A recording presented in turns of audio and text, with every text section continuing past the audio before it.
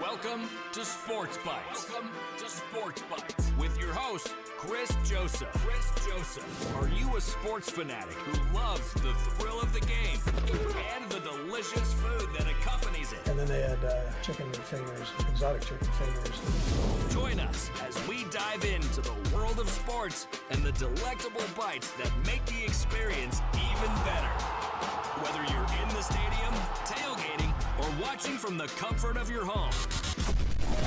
Get ready to satisfy your sports cravings with Chris Joseph on Sports Bites. Let's dig in. Good Friday, everybody. It is Chris Joseph, your host of the Sports Bite podcast. Welcome back in to another episode. You can see on the overlay there, got a little new logo, the College Football Dogs, now part of the Dogs Media Network. Some big, exciting things coming with that. You can see all my socials down here. Follow on X, TikTok, on YouTube. This podcast, this episode is going to be put up on YouTube. And you can follow me on Instagram for all the exciting post poll questions and stuff I put up. But a special episode today.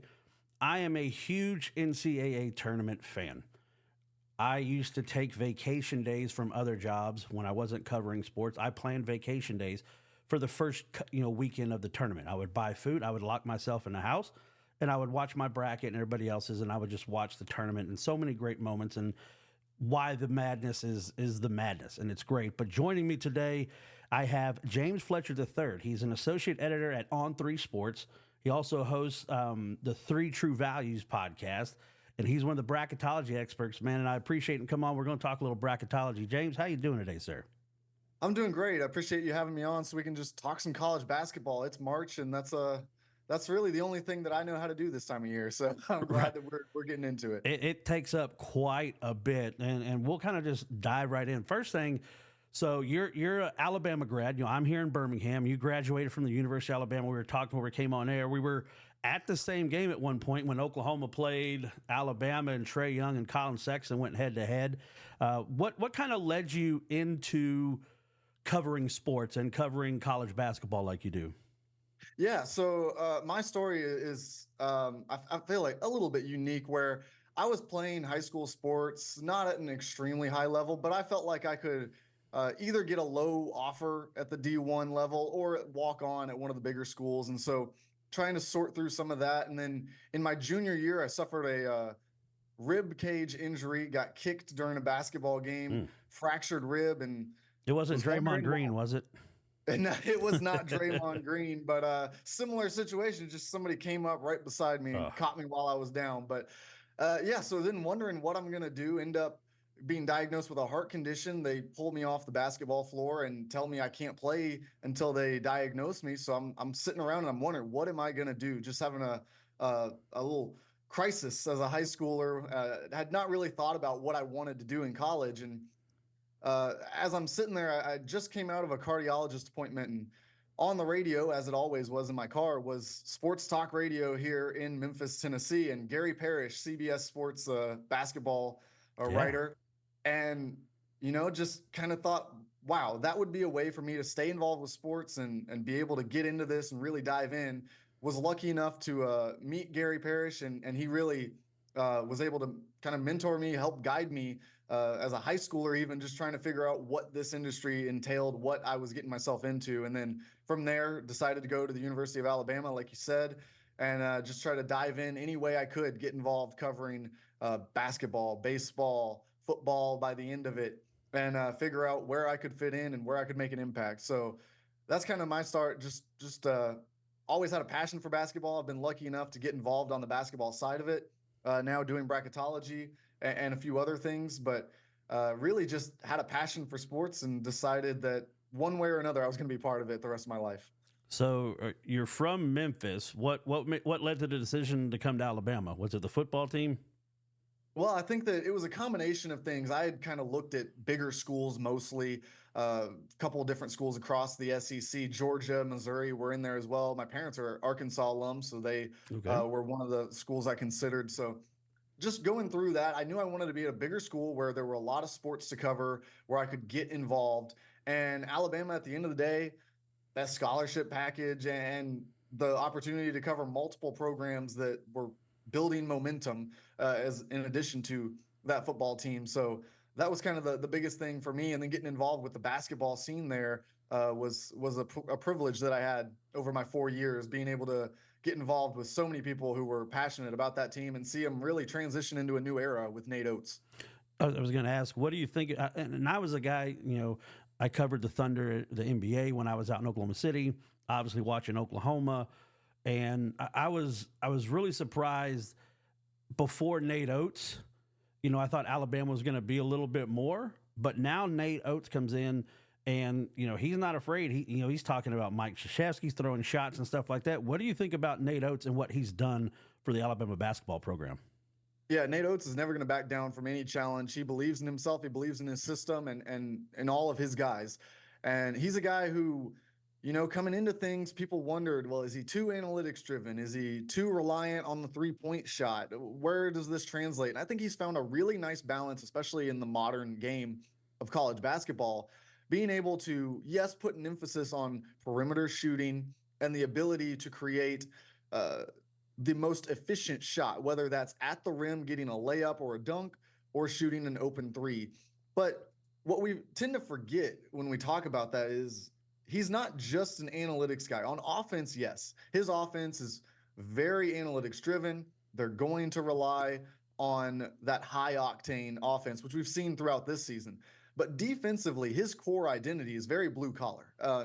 Alabama has these blue collar points that they assign to players that are tracked by assistant coaches on the bench, which are assigned to each time that a player draws a charge, every time a player dives on the floor for a loose ball, every time you get a tip, even if you don't get the steal. If you're able to get your hand on it, deflect the pass, you get points for that. And so there is a real kind of grinders mentality on the defensive end of the floor, even if on offense, it's that high tempo, kind of modern game that we talk about. Do you think with the propensity that they shoot threes, now if they're on, it's on. It's the old saying, live by the three, die by the three. If they're cold during a tournament game, like you've seen them play recently, they could be an early out. Yeah, that is the risk that you run, especially this year where they have not been able to figure out the defense. They're still outside the top 100 defensively in most categories that you look at. So they have not been able to put together that defense to pair with that high octane offense, even though they are the number one offense in the country. They've got to figure out how to at least bring things together and play some kind of defense against these top teams. Because like you said, if you go cold from three, you're going to struggle. Now, I don't think that they're entirely reliant on the three. They've got Mark Sears who can get downhill. Grant Nelson has shown a little bit of improvement in recent months, being able to get more towards the basket. That'll be big for them. I think if they can get to the rim, they can survive against whatever it is. I think right now they're projected as a 4 seed. So against that, a 13 seed, a potential 12 seed, if somebody gets upset on the top of their bracket, I think they can survive against those teams, even with a poor shooting night, if they're able to get to the rim. But against these elite teams, the 1 seeds, the 2 seeds that they'll eventually have to face if they want to make a deep run, yeah, they could be in trouble if they're not playing defense at a high level and end up coming out cold from three. James Fletcher III from On3 Sports joining me today talking about bracketology. Let's dive right in. You had an article come out, excuse me, and your projected one line. You had Purdue, UConn, Houston, and Tennessee. We haven't started conference tournament play yet for those guys. Do you see any of that changing? Is there an outcome that would cause one of those teams to lose that one line, you think? Yeah, I think that when we talk about this, Purdue, UConn, and Houston have pretty much been locked in as number 1 seeds for quite a while now, really, but you can really cement it at this point in the season. They can only take, probably 1 more loss, maybe 2 if they end up bowing out at the end of the regular season here in this final weekend. But I really don't see much a chance that any of those 3 drop even beyond that top 3 overall seeds. So I think it's Purdue, UConn, Houston, and then we talk about Tennessee and Arizona. Those are the last teams that are kind of battling for that 4th spot. Tennessee, I've given the edge to right now. I thought that their wins over Auburn and Alabama took the overall resume ahead of what Arizona had done to that point. They then pick up a win over South Carolina. That adds to the resume. And Arizona, just in that Pac-12, there's not a lot of meaningful games that they can win that are really going to boost the resume at this point of the season. So I think that the only chance that we have of seeing something mix up at the top there is likely if Tennessee slips up in the SEC tournament, if they take a loss. Perhaps they take a loss against Kentucky this weekend. That would open the door for Arizona if they're able to run the table and do so convincingly to surpass them back and get that 1 seed honor in that West region. Of those 1 seeds that you predict, obviously we know Purdue lost to Fairleigh Dickinson. Virginia is the only other number 1 seed to lose. Who do you think of those 1 seeds, and I know a lot of it depends on the matchups and how the bracket falls, but who do you think is most at risk for being an early bounce? Well, I think that obviously a lot of that will, like you said, be determined by who is in that side of the bracket. Is there an 8 seed or a 9 seed out there who potentially, is much better than what they are? I look at teams that maybe had a late skid, teams that maybe had a late resurgence who have really found their footing and are playing really good basketball. Those teams, when they end up in those 8-9 games, they can become dangerous. But I really think that Purdue, UConn, and Houston have really separated themselves from the teams that are in those lower tiers. So I think you've got to go with that last 1 seed being the most vulnerable. Tennessee, we've seen Rick Barnes struggle to get his teams going in the NCAA tournament. And while I believe that this one is different, that's going to be hanging over his head until he proves it otherwise. Arizona, like I said, they just haven't faced as much high-level competition lately where they've been able to prove themselves with big wins over really good teams. And the last one that I would throw in there of those top 3, if we're talking about those 3 in particular, I think you've got to still have some questions about Purdue. I think they've answered a lot of the questions, but like you said, they fell to a 16 seed. They've got to redeem that, and we're not going to know for sure whether they're able to do so until we see them out there and see how Zach Edey and Braden Smith, along with Matt Painter on the sideline, are able to handle the pressure of March Madness. You look at your first 4 out, the guys that are kind of on the outside looking in, Wake Forest, Seton Hall, Pittsburgh, Providence. Does one of them have a little more of an edge over those 4 to actually make it to the tournament?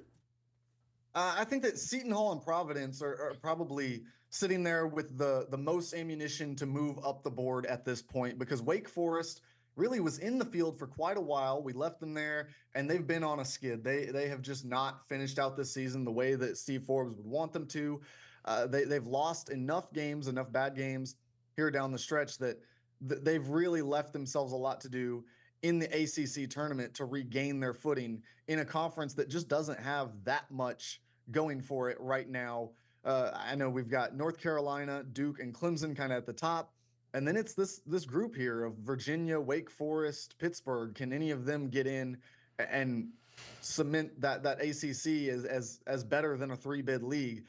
That's still in question for all 3 of those teams at this point. But Seton Hall and Providence, they're going to play that Big East schedule. So if they're able to pick up a conference tournament win over a Marquette, a Creighton, a UConn, of course, would be big for the resume. They've got a few more opportunities, I feel like, throughout the next week and a half to build on to what they've been able to do and find upward momentum, whereas some of these other teams are dealing with downward momentum as we talk about this. James Fletcher III joining me. You can follow him on Twitter at JDFletch3, at JDFletch3 on X, Twitter, whatever you want to call it. See all of his content. Also, you can go on On3 and just type his name and it'll bring up all of his articles. And as we get started, so you're in Memphis. Is there a particular region you're heading to, or are you waiting to see how the tournament lays out? Yeah, well, I'm hoping to be in the building for that Memphis regional, of course. They will get 2 different little pods here. To be determined. I know right now, based on my most recent projections, that would be Houston hosting one of those out of the South, and then Kansas hosting one from the West. So those would be 2 really big matchups. I'd be happy to go cover those. But that's where I'm looking at right now. That I know that I will be is at that set of Memphis games coming up here in a couple weeks. What is your fondest memory of the tournament? Like I was telling you before I came on, the very first tournament games I went to, it was at the old Marriott in Oklahoma City, and Bryce Drew the Valpo last-second shot against Ole Miss. What's kind of like your fondest memory of the bracket of the tournament? Yeah, when I think back to the tournament, my probably the memory that sticks with me the most that I can right now picture running through my head, the full highlight is Chris Chioza's buzzer beater to send Florida through to the next round in a few years ago, where he catches it on the inbounds pass. They're down against Wisconsin. He runs forward and takes off from beyond the 3-point line and really shoots the ball pretty much above the free throw line and knocks it down. Chris Chioza was a guy who, a Memphis native, who I had gotten the opportunity to play with several times, just pick up around town, different rec centers, different open gyms.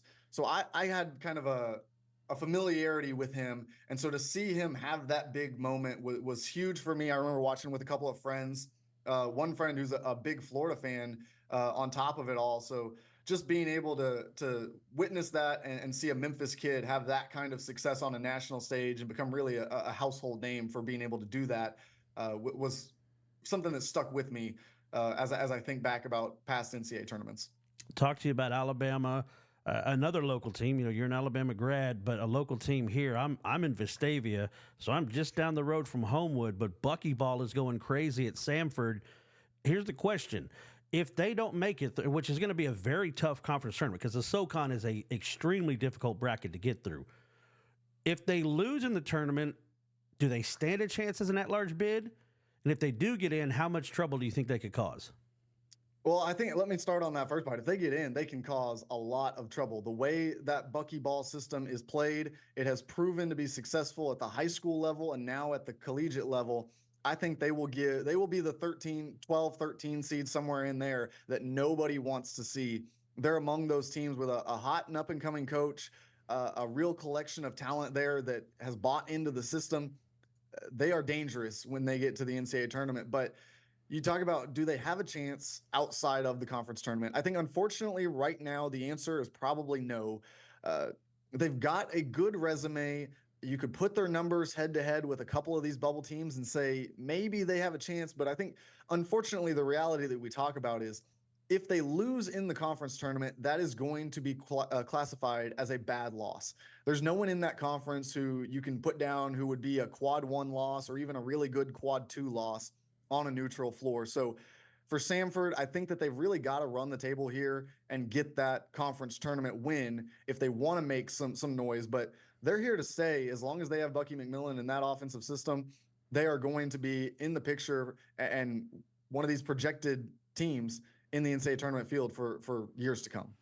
Who do you think is the mid-major that's going to cause the most trouble in this tournament? Is it Indiana State? Is it Akron from the MAC? Who's the mid-major that could cause some problems? Right now, I'm looking at, in addition to Samford, I think they really are in that conversation. I'm looking at McNeese State and Grand Canyon. You talk about Grand Canyon, coached by Bryce Drew. They've got some players there who, if you watch them play, you'll be familiar with their names if you watch high major basketball. Some veteran guys who kind of are finishing off their career, trying to make some noise as a mid-major powerhouse.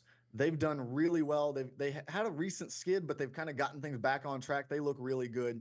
And then McNeese State, coached by Will Wade, the kind of redemption arc that he's on there. Shahada Wells has been outstanding as their star player.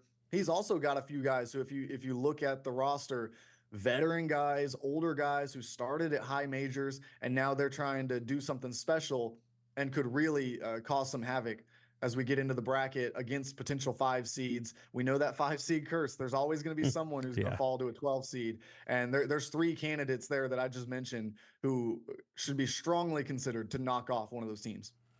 Well, James, I have a lot of people that still listen to me out in Oklahoma. Porter Mosier obviously had some good runs as a mid-major. Now he's at Oklahoma. First question I have about Oklahoma is, what kind of job do you think Porter has done so far? I think he's done pretty well. He's been able to bring in a collection of talent, and yeah, they've lost some guys out of the portal too, but they've been able to find a roster that's able to compete in the Big 12. And that sounds like maybe not the level that Oklahoma would view themselves as being, but that you've got to start there. The Big 12 is so talented from top to bottom. They're a potential, 10 plus bid league every year. As they are currently constructed. So talk about that Oklahoma team, Porter Moser. I think he's done well. And to make the NCAA tournament is going to be big for them. I think he's got a little bit more in the tank as well. I think that there's upward trajectory that they can go on as they move into the SEC, where if they invest in that basketball program, if they invest in the NIL resources that he needs to not only recruit, but land transfers, I do like his coaching style. I think that he's done well. And I think that the way he runs his program is definitely a way that can bring you sustained success and where you can become a perennial NCAA tournament team just year in and year out. Oklahoma's going to be in the bracket. Speaking of them, they're 8-9 in the Big 12, which has them as 8th in the Big 12. But in that conference, to where, like you mentioned, every game is an absolute grindhouse. I mean, they took Houston down to the final seconds. Of course, you have Calvin Sampson coming in, former coach, and he's got his former players, Quantas White and Hollis Price on the bench there, and Oklahoma takes him down to the final second. But when did the transition, do you think, to where the Big 12 became the best conference in college basketball? I think it's been something that's been simmering. There's been a collection of different conferences that have kind of gone back and forth. Some years it was the Big 10. Occasionally it was the SEC or the ACC. And then the Big 12 was right in there in that conversation. It kind of depended on, what teams were at their peak that season, what coaches were in or out of different jobs. Different things like that were kind of playing the biggest role. But as we've seen conference realignment hit, you've seen the SEC focus on football, as they probably should from a revenue standpoint. You've seen the ACC focus on holding things together on the football side. This is something that I've talked to assistant coaches about over recent months. The fact that the ACC is kind of slipping away from that national picture as the best conference in college basketball, a lot of people feel like it has a significant amount to do with the focus that league has had to put on conference realignment as it relates to football, keeping these teams from leaving.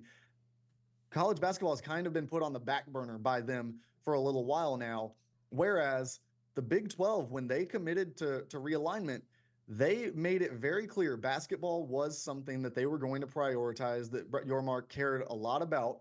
So what do? They bring in Houston. They bring in Cincinnati under Wes Miller, who historically that program has had a lot of success, and he has kind of brought them back into the picture as well in recent years.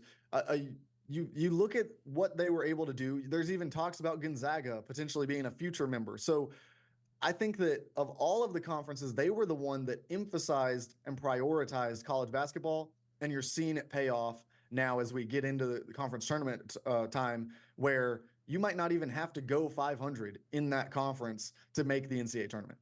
You had mentioned SEC sometimes floating back and forth between being the top league, also realignment. So I've got to ask the question, Texas and Oklahoma obviously playing in the SEC next year. Does that tilt the advantage towards the SEC, or is the Big 12 going to keep that with Arizona and, the Pac-12 teams that are dissolving coming in? Which conference next year do you think will be number one? And does Oklahoma and Texas kind of help that SEC league? Yeah, I think it definitely does help the SEC there to bring in those two teams. You've also got, like you said, Arizona coming in to the Big 12. I think what some of it will come down to is that old-fashioned stuff that I was talking about. What players return, what coaches are at different schools, because we could see some of these really hot and up-and-coming mid-major names that we were just talking about who could potentially lead their schools to big NCAA tournament success this year, then get jobs in these leagues. So, and Arizona State is a job that has historically had a lot of success, and not so much this year. Do they go get a new head coach? Does that head coach have immediate success, and are they able to bring Arizona State back into that top 25 conversation?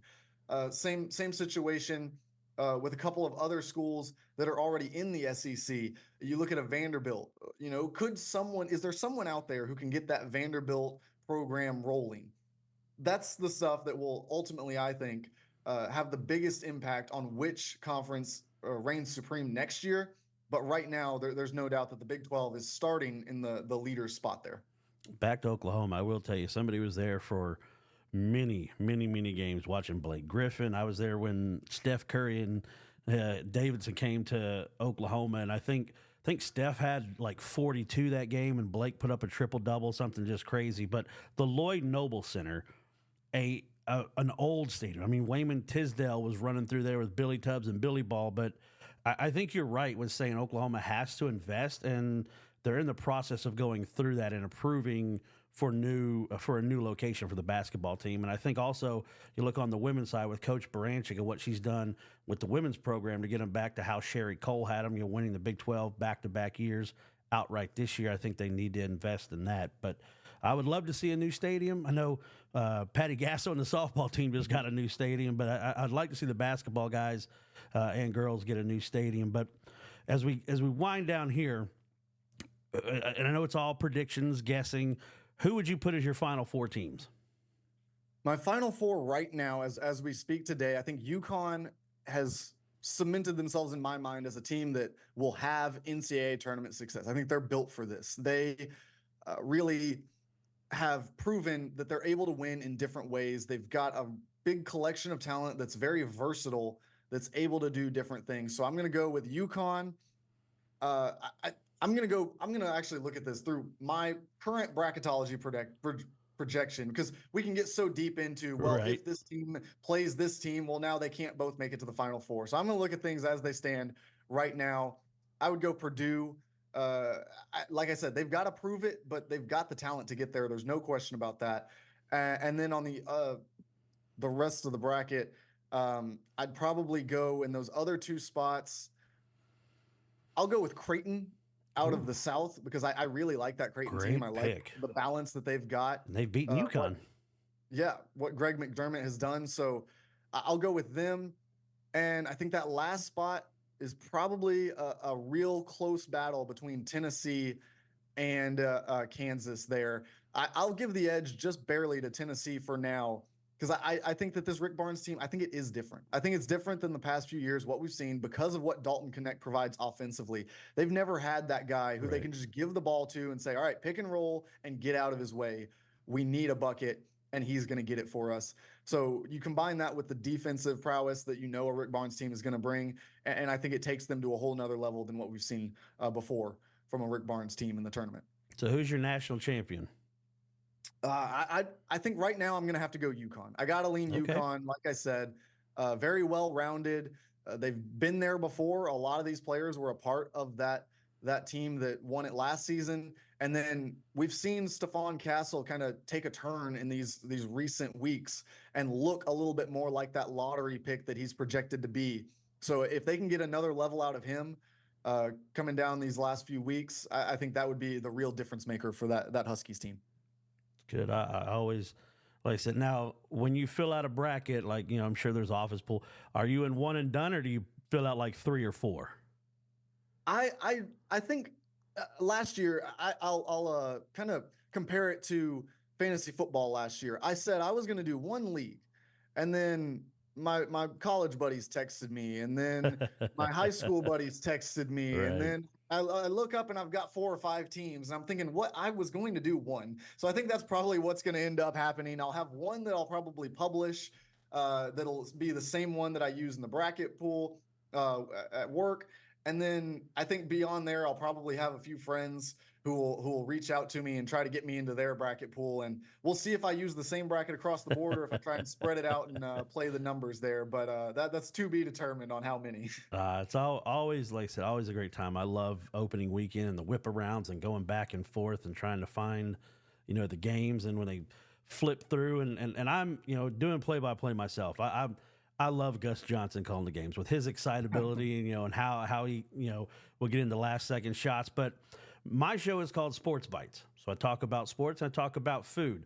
I used to be in the media covering games, traveling all around like you do. So I always ask all media members when they travel, because a lot of things that the media people talk about is where they go to dinner, where they eat. In your travels covering basketball, where and what was your best meal? Oh. See, I know you're in Memphis, and you got, you got rendezvous ribs and all that stuff there, and great barbecue. So I'm going to go Memphis on you, because I've actually traveled to Memphis to cover Alabama basketball before, so I can count that. Yes, sir. And in the arena here in Memphis, and I know they're a regional host, so if anyone's listening to this and your team ends up in that Memphis regional, you're going to have to check this out. At FedEx Forum, there is a rendezvous station. Oh, no way. Inside the arena. No way. And so you can go there. It's on both levels. You can go to the upper bowl or the lower bowl. Oh. You check it out, and barbecue nachos.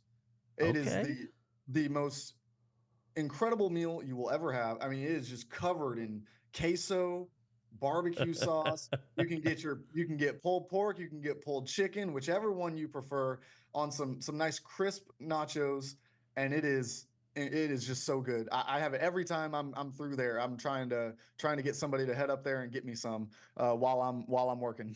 That's all. That sounds great.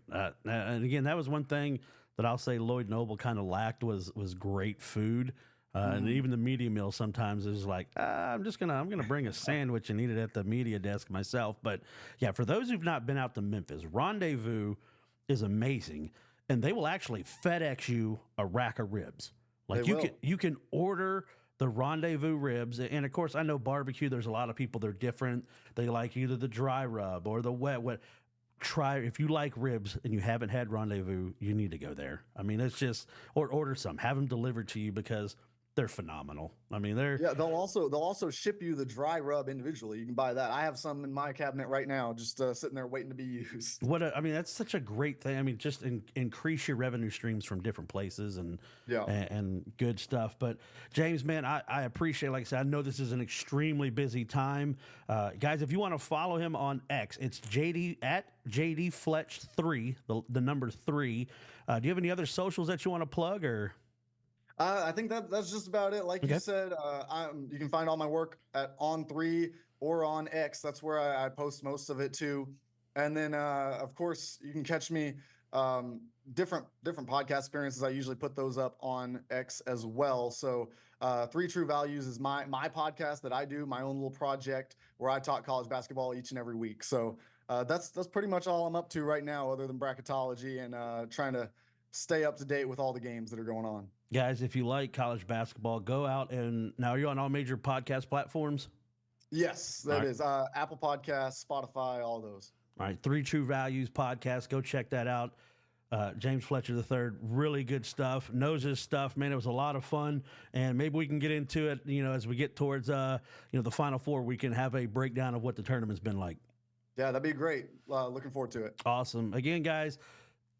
I love talking college basketball. I love talking food, and I appreciate you guys checking out this episode of Sports Bites. Again, you can catch it on the Dogs Media Network, part of the College Football Dogs now, really trying to help this brand grow as we move forward into college football season.